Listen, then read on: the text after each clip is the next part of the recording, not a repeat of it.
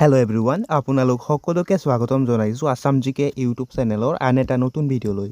আজিৰ এই ভিডিঅ'টোত আমি অসম পুলিচৰ লিখিত পৰীক্ষা লগতে অসমৰ যিকোনো ধৰণৰ কম্পিটিটিভ এক্সামৰ বাবে প্ৰয়োজনীয় হোৱাকৈ কেইটামান অতি গুৰুত্বপূৰ্ণ কুৱেশ্যন এনচাৰ লৈ আহিছোঁ। গতিকে ভিডিঅ'টো স্কিপ নকৰি সম্পূৰ্ণলৈকে চাব। আজিৰ আমাৰ ফাৰ্ষ্ট কুৱেশ্যনটো সুধিছে, শ্ৰীমন্ত শংকৰদেৱে ৰচনা কৰা প্ৰথম নাটকখনৰ নাম কি? ইয়াত অপশ্যন 4টা দিয়া আছে। এই 4টা অপশ্যনৰ ভিতৰত ইয়াৰ ৰাইট এনচাৰটো হৈছে অপশ্যন এ চিহ্নযাত্ৰা। শ্ৰীমন্ত শংকৰদেৱে ৰচনা কৰা প্ৰথম নাটকখনৰ নাম হৈছে চিহ্নযাত্ৰা। নেক্সট কুৱেশ্যন, ভাৰতৰ আটাইতকৈ বেছি জনসংখ্যা থকা ৰাজ্য কোনখন? ইয়াত অপশ্যন 4টা দিয়া আছে। এই 4টা অপশ্যনৰ ভিতৰত ইয়াৰ ৰাইট এনচাৰটো হৈছে অপশ্যন বি উত্তৰ প্ৰদেশ। ভাৰতৰ আটাইতকৈ বেছি জনসংখ্যা থকা ৰাজ্যখনৰ নাম হৈছে উত্তৰ প্ৰদেশ। নেক্সট কুৱেশ্যন, জোনাকী কাকতখন কোন চনত প্ৰকাশ পাইছিল? তলত দিয়া অপশ্যন 4টাৰ ভিতৰত ইয়াৰ ৰাইট এনচাৰটো হৈছে অপশ্যন বি 1889 চনত। জোনাকী কাকতখন 1889 চনত প্ৰকাশ পাইছিল। নেক্সট কুৱেশ্যন, ভাৰতত স্বদেশী আন্দোলন কিমান চনত আৰম্ভ হৈছিল? তলত অপশ্যন 4টা দিয়া আছে। এই 4টা অপশ্যনৰ ভিতৰত ইয়াৰ ৰাইট এনচাৰটো হৈছে অপশ্যন এ 1905 চনত। ভাৰতত স্বদেশী আন্দোলন 1905 চনত আৰম্ভ হৈছিল। নেক্সট কুৱেশ্যন, দাদা চাহেব ফাল্কে বঁটা প্ৰাপ্ত প্ৰথম ব্যক্তি কোন আছিল? ইয়াত অপশ্যন 4টা দিয়া আছে। এই 4টা অপশ্যনৰ ভিতৰত ইয়াৰ ৰাইট এনচাৰটো হৈছে অপশ্যন এ শ্ৰীমতী দেৱিকা ৰাণী। দাদা চাহেব ফাল্কে বঁটা প্ৰাপ্ত প্ৰথম ব্যক্তি হৈছে শ্ৰীমতী দেৱিকা ৰাণী। নেক্সট কুৱেশ্যন, পৃথিৱীৰ আটাইতকৈ ডাঙৰ হ্ৰদ কোনটো? ইয়াত অপশ্যন 4টা দিয়া আছে। এই 4টা অপশ্যনৰ ভিতৰত ইয়াৰ ৰাইট এনচাৰটো হৈছে অপশ্যন এ কাস্পিয়ান সাগৰ হ্ৰদ। পৃথিৱীৰ আটাইতকৈ ডাঙৰ হ্ৰদটো হৈছে কাস্পিয়ান সাগৰ হ্ৰদ। নেক্সট কুৱেশ্যন, অসমৰ কোনজন ৰাজনীতিবিদক অসমৰ লৌহ মানৱ বুলি কোৱা হয়? ইয়াত অপশ্যন 4টা দিয়া আছে। এই 4টা অপশ্যনৰ ভিতৰত ইয়াৰ ৰাইট এনচাৰটো হৈছে অপশ্যন ডি বিষ্ণুৰাম মেধি। বিষ্ণুৰাম মেধিক অসমৰ লৌহ মানৱ বুলি কোৱা হয়। নেক্সট কুৱেশ্যন, ৰাইডাৰ কাপ কোনটো খেলৰ লগত জড়িত? ইয়াত অপশ্যন 4টা দিয়া আছে। এই 4টা অপশ্যনৰ ভিতৰত ইয়াৰ ৰাইট এনচাৰটো হৈছে option A golf. Rider cup golf খেলৰ সৈতে জড়িত।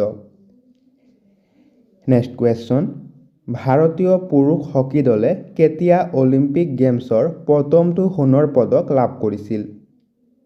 তলত দিয়া অপশ্যন 4টাৰ ভিতৰত ইয়াৰ ৰাইট এনচাৰটো হৈছে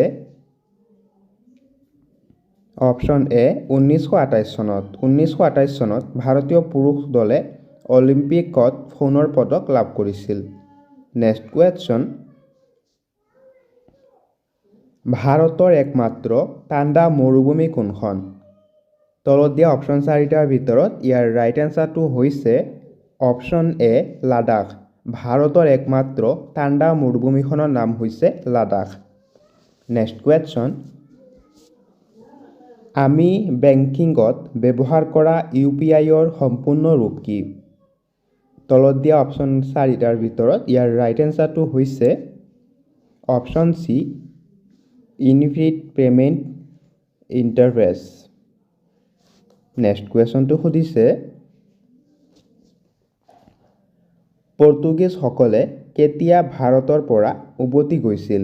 ইয়াত অপশ্যন 4টা দিয়া আছে। এই 4টা অপশ্যনৰ ভিতৰত ইয়াৰ ৰাইট এনচাৰটো হৈছে অপশ্যন এ 19 ডিচেম্বৰ 1961 চনত। নেক্সট কুৱেশ্যনটো সুধিছে, বিশ্ব অৰ্থনৈতিক মঞ্চৰ মুখ্য কাৰ্যালয় ক'ত অৱস্থিত? তলত 4টা অপশ্যন দিয়া আছে। এই 4টা অপশ্যনৰ ভিতৰত ইয়াৰ ৰাইট এনচাৰটো হৈছে অপশ্যন চি কলনী ছুইজাৰলেণ্ড। ছুইজাৰলেণ্ডৰ কলনীত বিশ্ব অৰ্থনৈতিক মঞ্চৰ মুখ্য কাৰ্যালয় অৱস্থিত। নেক্সট কুৱেশ্যন, ভাৰতীয় ষ্টেট বেংক কেতিয়া প্ৰতিষ্ঠা কৰা হৈছিল? তলত দিয়া অপশ্যন 4টাৰ ভিতৰত ইয়াৰ ৰাইট এনচাৰটো হৈছে অপশ্যন বি 1 জুলাই 1955 চনত। নেক্সট কুৱেশ্যনটো সুধিছে, আৰম্ভণিতে ভাৰতীয় সংবিধানত কিমানটা অনুসূচী আছিল? ইয়াত অপশ্যন 4টা দিয়া আছে এই 4টা অপশ্যনৰ ভিতৰত ইয়াৰ ৰাইট এনসাৰটো হৈছে অপশ্যন সি 8টা আৰম্ভণিতে ভাৰতীয় সংবিধানত 8টা অনুসূচী আছিল নেক্সট কোৱেশ্চন বৰ্তমান ভাৰতীয় সংবিধানত কিমানটা অনুসূচী আছে এই 4টা অপশ্যনৰ ভিতৰত ইয়াৰ ৰাইট এনসাৰটো হৈছে অপশ্যন ডি 12টা বৰ্তমান ভাৰতীয় সংবিধানত 12টা অনুসূচী আছে নেক্সট কোৱেশ্চনটো সুধিছে চিটি ৱাড বন্যপ্ৰাণী অভয়াৰণ্য ক'ত অৱস্থিত এই 4টা অপশ্যনৰ ভিতৰত ইয়াৰ ৰাইট এনসাৰটো হৈছে option A Chandigarh city ward বন্যপ্ৰাণী অভয়াৰণ্য চণ্ডীগড়ত অৱস্থিত নেক্সট কোৱেশ্চনটো সুধিছে বান্ধৱগড় আৰু পান্না ৰাষ্ট্ৰীয় উদ্যান ক'ত অৱস্থিত এই তলত 4টা অপশ্যন দিয়া আছে এই 4টা অপশ্যনৰ ভিতৰত ইয়াৰ ৰাইট এনসাৰটো হৈছে অপশ্যন এ মধ্যপ্ৰদেশ বান্ধৱগড় আৰু পান্না ৰাষ্ট্ৰীয় উদ্যান মধ্যপ্ৰদেশ ৰাজ্যত অৱস্থিত নেক্সট কোৱেশ্চন মিজোৰামৰ চৰকাৰী ভাষা কি এই 4টা অপশ্যনৰ ভিতৰত ইয়াৰ ৰাইট এনসাৰটো হৈছে অপশ্যন ডি মিজো আৰু ইংৰাজী মিজোৰামৰ চৰকাৰী ভাষা হৈছে মিজো আৰু ইংৰাজী next question the home and the world নামৰ উপন্যাসখন কোনে ৰচনা কৰিছিল ইয়াৰ ৰাইট এনসাৰটো হৈছে option A Rabindranath Thakur the home and the world নামৰ উপন্যাসখন ৰবীন্দ্ৰনাথ ঠাকুৰে লিখিছিল নেক্সট কোৱেশ্চন আংগামী নামৰ জনজাতিটো ক'ত পোৱা যায় এই 4টা অপশ্যনৰ ভিতৰত ইয়াৰ ৰাইট এনসাৰটো হৈছে অপশ্যন এ নাগালেণ্ড আংগামী নামৰ জনজাতিটো নাগালেণ্ডত পোৱা যায় নেক্সট কোৱেশ্চন আন্দামান সাগৰ আৰু দক্ষিণ চীন সাগৰৰ মাজত কোনটো জলদ্বীপ অৱস্থিত এই তলত 4টা অপশ্যন দিয়া আছে এই 4টা অপশ্যনৰ ভিতৰত ইয়াৰ ৰাইট এনসাৰটো হৈছে অপশ্যন বি মালাকা জলদ্বীপ আন্দামান সাগৰ আৰু দক্ষিণ চীন সাগৰৰ মাজত মালাকা জলদ্বীপ অৱস্থিত নেক্সট কোৱেশ্চন হিমালয়ৰ আটাইতকৈ পূবত থকা সিংহটোৰ নাম কি ইয়াত 4টা অপশ্যন দিয়া আছে এই 4টা অপশ্যনৰ ভিতৰত ইয়াৰ ৰাইট এনসাৰটো হৈছে অপশ্যন এ নামচা বৰবা নেক্সট কুৱেশ্যনটো সুধিছে মাৰিয়ানা ট্ৰেঞ্চ কোনখন মহাসাগৰত অৱস্থিত ইয়াত 4টা অপশ্যন দিয়া আছে এই 4টা অপশ্যনৰ ভিতৰত ইয়াৰ ৰাইট এনসাৰটো হৈছে অপশ্যন এ প্ৰশান্ত মহাসাগৰ মাৰিয়ানা ট্ৰেঞ্চ প্ৰশান্ত মহাসাগৰত অৱস্থিত নেক্সট কুৱেশ্যন 2008 চনত কোনটো দলে প্ৰথম ইণ্ডিয়ান প্ৰিমিয়াৰ লীগ বা IPL জয় কৰিছিল ইয়াৰ ৰাইট এনসাৰটো হৈছে অপশ্যন এ ৰাজস্থান ৰয়েলছে 2008 চনত প্ৰথমে IPL জয়লাভ কৰিছিল কোনজন আহোম ৰজাৰ দিনত মুবামৰীয়া বিদ্ৰোহ হৈছিল কোনজন আহোম ৰজাৰ দিনত মুবামৰীয়া বিদ্ৰোহ হৈছিল সুধিছে ইয়াৰ ৰাইট এনসাৰটো হৈছে অপশ্যন বি লক্ষ্মী সিংহৰ দিনত মুবামৰীয়া বিদ্ৰোহ সংগঠিত হৈছিল এতিয়া আহিছোঁ 2 নম্বৰ কুৱেশ্যনটোলৈ 2 নম্বৰ কুৱেশ্যনটো সুধিছে মহাত্মা গান্ধীৰ ৰাজনৈতিক গুৰু কোন আছিল মহাত্মা গান্ধীৰ ৰাজনৈতিক গুৰু কোন আছিল সুধিছে ইয়াৰ ৰাইট এনসাৰটো হৈছে অপশ্যন এ গোপাল কৃষ্ণ গোখলে মহাত্মা গান্ধীৰ ৰাজনৈতিক গুৰু আছিল গোপাল কৃষ্ণ গোখলে এতিয়া আহিছোঁ 3 নম্বৰ কুৱেশ্যনটোলৈ 3 নম্বৰ কুৱেশ্যনটো সুধিছে অসমৰ নেপোলিয়ন বুলি কাক কোৱা হয় অসমৰ নেপোলিয়ন বুলি কাক কোৱা হয় সুধিছে এই প্ৰশ্নৰ শুদ্ধ উত্তৰটো আপোনালোকৰ কাৰণে ৰাখিলোঁ আপোনালোকে এই প্ৰশ্নৰ শুদ্ধ উত্তৰটো কমেণ্ট বক্সত জনাব এতিয়া আহিছোঁ 4 নম্বৰ কুৱেশ্যনটোলৈ 4 নম্বৰ কুৱেশ্যনটো সুধিছে প্ৰাচীন মহাভৈৰৱ মন্দিৰ কোনে সজাইছিল সুধিছে ইয়াৰ ৰাইট এনসাৰটো হৈছে অপশ্যন এ বান ৰজা প্ৰাচীন মহাভৈৰৱ মন্দিৰ বান ৰজাই সজাইছিল এতিয়া আহিছোঁ 5 নম্বৰ কুৱেশ্যনটোলৈ 5 নম্বৰ কুৱেশ্যনটো সুধিছে দৰংগী ৰাজবংশাৱলী কোনে লিখিছিল সুধিছে ইয়াৰ ৰাইট এনসাৰটো হৈছে অপশ্যন বি সূৰ্যহৰি দৈৱৰ্য দৰংগী ৰাজবংশী সূৰ্যহৰি দৈৱৰ্যই লিখিছিল এতিয়া আহিছোঁ 6 নম্বৰ কুৱেশ্যনটোলৈ 6 নম্বৰ কুৱেশ্যনটো সুধিছে বেলাৰী তাপশক্তি কেন্দ্ৰ ক'ত অৱস্থিত?